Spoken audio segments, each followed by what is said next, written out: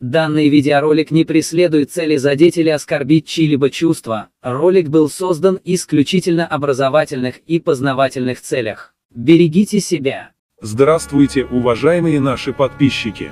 Мы давно не отвечали на чеченские лжи, которые искажают историю ингушей. Один из таких роликов принадлежит блогеру, который утверждает, что чеченцы победили ингушей в этом сражении.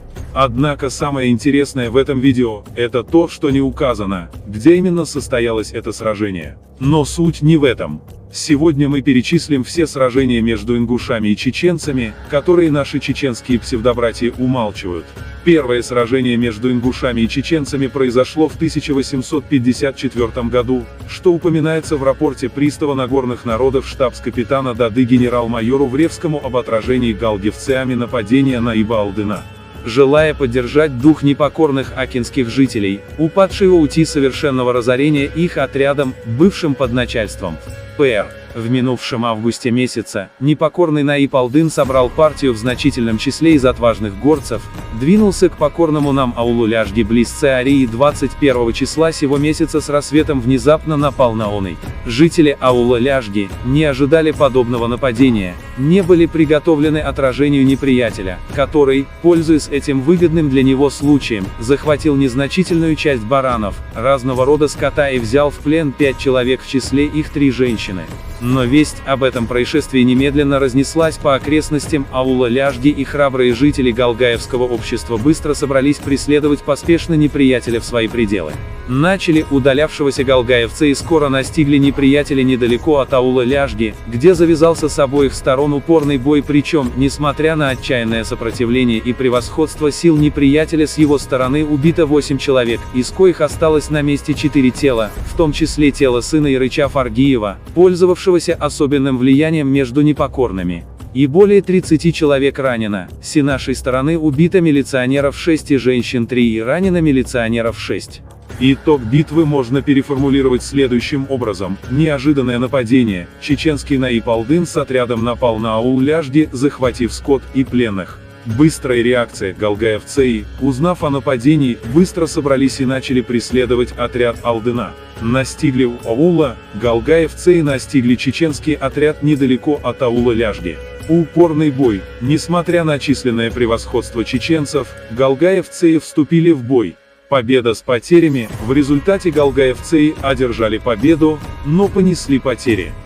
Назранский конфликт. Конфликт между ингушами во главе с Карце Халом Малсагом.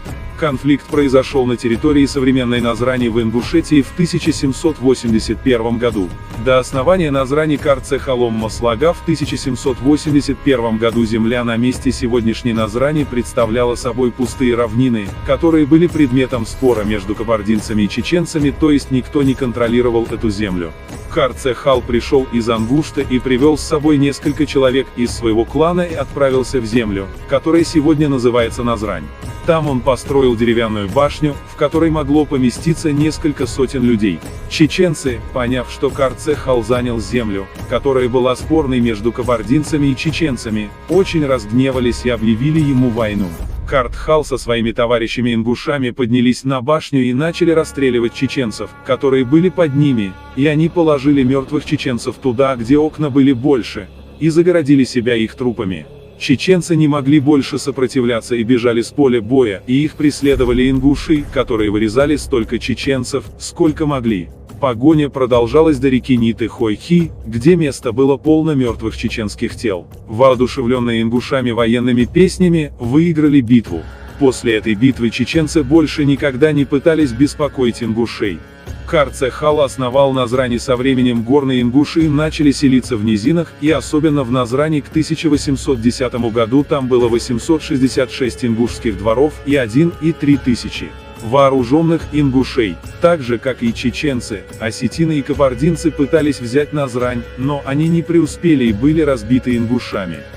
Теперь мы расскажем о том, как ингуши из Тайпы-Гаги, а именно Гатагажевы во главе с Ганжиби Гатагажевым, отразили нападение чеченцев 13 апреля 1840 года. Это изложено в источнике рапорт Владивостокского коменданта полковника Широкого, командующему войсками на Кавказской линии в Черноморье генерал-лейтенанту генерал-адъютанту Грабе об отражении карабулаками и деревни Ганжиби Гатагажева нападения чеченской партии.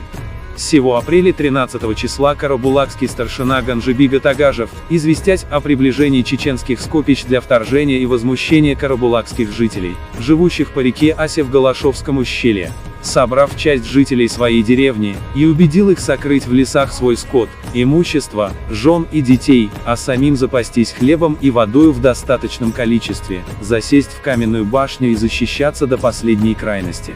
Чеченские толпы, подходя к его деревне, узнав о сем предприятии, подсылали к нему несколько раз с угрозами, а потом с миролюбивыми предложениями. Но видя его неустрашимость, напоследок подступили к башне с большими толпами.